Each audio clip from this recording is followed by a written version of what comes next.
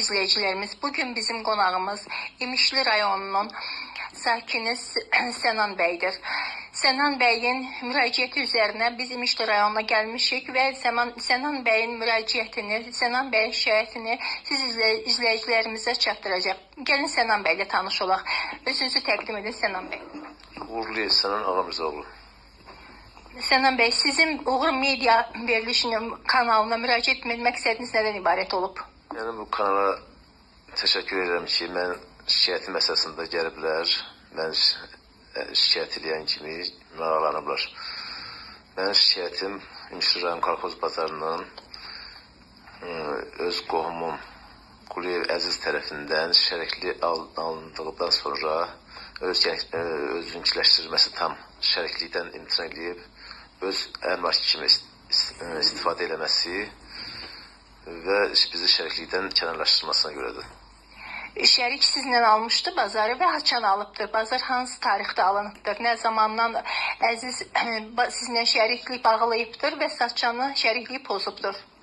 99-cu ildə şərikliyi qəbul edib bizlə bazar almağa girib 1999-cu ildən 2000-in ortasına işləmişik bir yerdə. Şərik olsa da, şərik adına olsa da heç bir şəriklik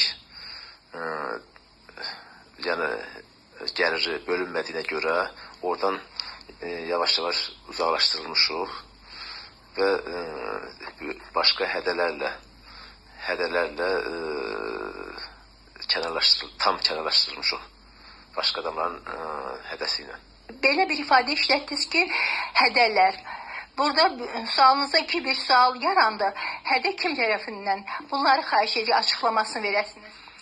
Şəriklik mənim qardaşım Mirzağa Uğurliyev tərəfindən, Əzizlə bir yerdə onlar tərəfindən olub. Şəriklik bunlar ikisi arasında olub. Söhbətləri bir olub. Yəni Mirzağa Uğurliyev mənim qardaşım Quliyev Əzizlə bir yerdə şərik söhbətləri olub ki, şərik istəyəcək. Amma bir də nəsil üçün bazarı alıb bir yerdə işləyib, nəsli dolandırmaq kimi qarşılarına məqsəd qoyub mənim qardaşım ki, nəsli dolandırılmalı yox. Və burada İmişli bazarının işlədib nəsli dolandırmalı yox. Hədə qorxuda sonradan Quliyev Əziz tərəfindən qardaşıma məhdudiyyət qoyulub və bura gəlməsində mane olunub ki, gəlib, hətta bir dəfə gəlib də polislə hədələnib Azərbaycandan çıxıb, gedib. Polis gəlib qapıya,